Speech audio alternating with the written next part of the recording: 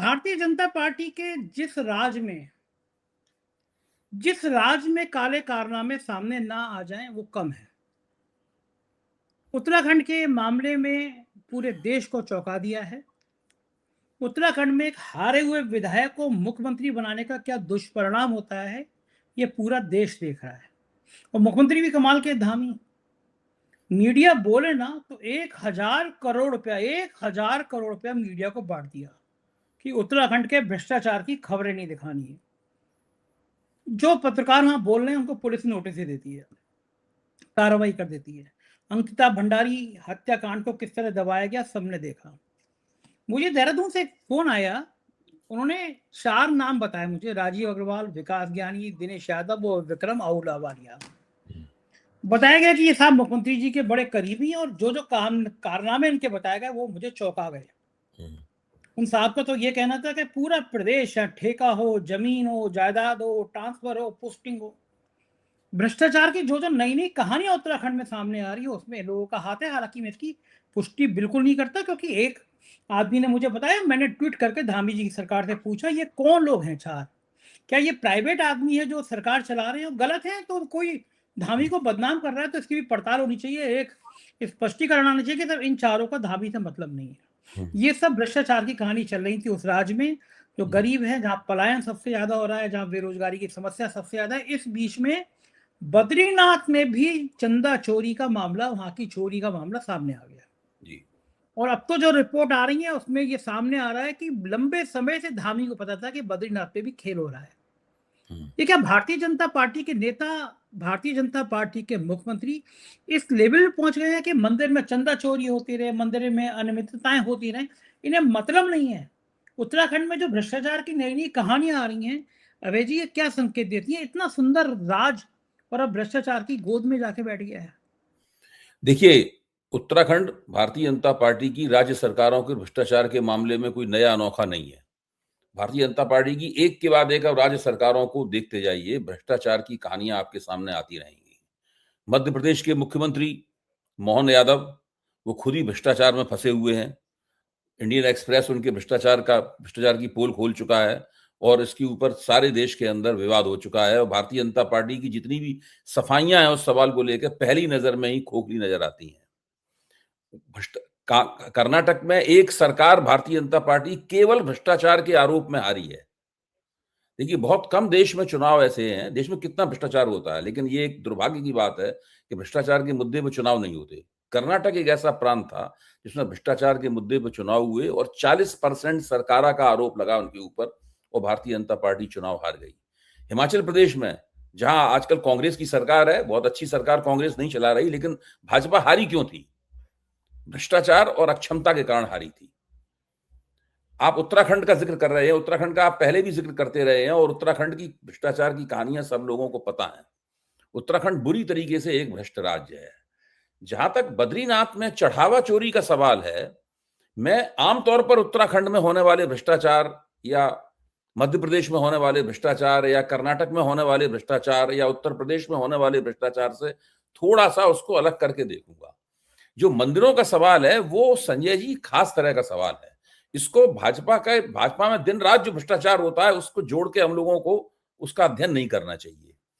है क्या कि राष्ट्रीय स्वयंसेवक संघ का एक प्रोजेक्ट है और वो प्रोजेक्ट ये है कि सारे देश के जितने भी मंदिरों के प्रबंधन हैं, उन प्रबंधनों पर कब्जा किया जाए और वो सारे देश में मंदिर के प्रबंधनों पर कब्जा करने की उसकी एक योजना है। और वो योजना और वो किस तरह से कब्जा क्यों करना चाहते हैं, इसका प्रमाण हम लोगों को अयोध्या में मिल गया है। अयोध्या में रामलला के मंदिर के प्रबंधन के ऊपर एक एक बंदा, एक एक कारकुन राष्ट्रीय स्वयंसेवक संघ का है, उसका नियुक्त किया हुआ है। उन लोगों को कर्नाटक जाकर या नागपुर जाकर या झंडेवालान आकर हर चीज की रिपोर्ट देनी पड़ती है। सारा माल राष्ट्रीय स्वयंसेवक संघ की के गुप्त खजाने में जाता है। इस बात को मैं जाने जाने कब से कह रहा हूं और लोग भी कह रहे हैं और अब इसको प्रमाणित करने के लिए कुछ ज्यादा सबूत इकट्ठे करने की जरूरत नहीं है। साफ तौर पर दिखाई पड़ता है, जितने भी परिस्थिति जन साक्ष्य हैं सब। तो संघ चाहता है कि हिंदुस्तान के तमाम मंदिरों के ऊपर, सारे मंदिर बहुत अमीर हैं, सारे मंदिरों में करोड़ों अरबों चढ़ावा आता है, बहुमूल्य बेशकीमती धातुएं, जेवर वगैरह ये सब चढ़ाए जाते हैं, किसी तरीके से अंग्रेज जो व्यवस्था बना गए थे और उसके बाद आजाद भारत की सरकार ने उस व्यवस्था को कमोवेश जारी रखा। उनके अपने ट्रस्ट हैं, वो ट्रस्ट उनको चलाते हैं। राष्ट्रीय स्वयंसेवक संघ इन सब ट्रस्टों को हटाकर उनके खिलाफ बाकायदा कानूनी अभियान भी चला रहे हैं इनके लोग, सब जगह अदालतों में रिटें पड़ी हुई हैं, सब जगह हो रहा है। तो इन सब पे कब्जा करना चाहता है। अब देखिए, राम मंदिर के ट्रस्ट में घोटाला हुआ, इस सवाल पर संघ सिटपटाया हुआ है, भाजपा सिटपटाई हुई है, तमाम हिंदुत्ववादी सिटपटाए हुए हैं, कुछ नहीं बोल रहे हैं। लेकिन बद्रीनाथ में जब घोटाला होगा या दूसरे इसी तरह के मंदिरों में घोटाला होगा तो इसका बहाना बनाकर ये लोग उसके प्रबंधन पर कब्जा करना चाहेंगे। हम लोगों को इनके ऊपर निगाह रखनी चाहिए कि ये उसके प्रबंधन पर कब्जा करना चाहते हैं या नहीं करना चाहते हैं, और किस तरीके से ये पानी में मछली पकड़ने के लिए कांटा लगी हुई, चारा लगी हुई अपनी बंसी डाले हुए हैं। ये जो कारनामा हो रहा है पूरे देश में, देखिए जैसे ही इस देश के सारे मंदिरों का प्रबंधन इनके हाथ में आया, वैसे ही राष्ट्रीय स्वयंसेवक संघ, कोई हिंदू भारत में कौन सा ऐसा अरबपति होगा जो संघ का मुकाबला कर पाए?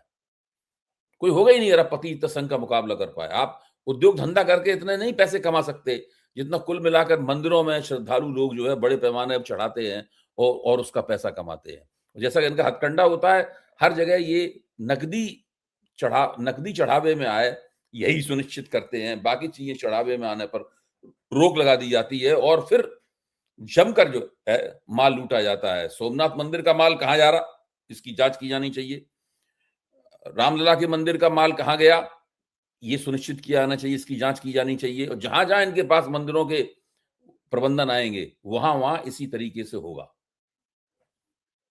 मतलब मेरा टेक इसके ऊपर थोड़ा सा हटके है, क्योंकि ये मामला जो है इनका हिंदुत्ववादी प्रोजेक्ट एक अलग तरह का प्रोजेक्ट है। इससे दो बातें करना चाहते हैं। एक तो ये पूजा अर्चना का जो पारंपरिक तरीका है उसको बदल देना चाहते हैं, सबका नकदीकरण कर देना चाहते हैं, श्रद्धा को रोकड़े में बदल देना चाहते हैं। ये श्रद्धा बराबर रोकड़ा, ये इनका बुनियादी फार्मूला है, ताकि सारे देश के हिंदू श्रद्धालुओं की जेब का, मेहनत का पैसा बिना बैंक में जाए, बिना उद्योग धंधों में लगे हुए मंदिरों के जरिए राष्ट्रीय स्वयंसेवक संघ के खजाने में जाता रहे। ये एक बड़ा जबरदस्त किस्म का इन लोगों ने हथकंडा निकाला है। अभी तक लोग इस हथकंडे को समझ नहीं पाए हैं। मैं ये कह रहा हूं कि यही हथकंडा है, इसके ऊपर ध्यान रखिए। आगे हम लोगों को इन्हीं प्रश्नों पर बहस करनी पड़ेगी।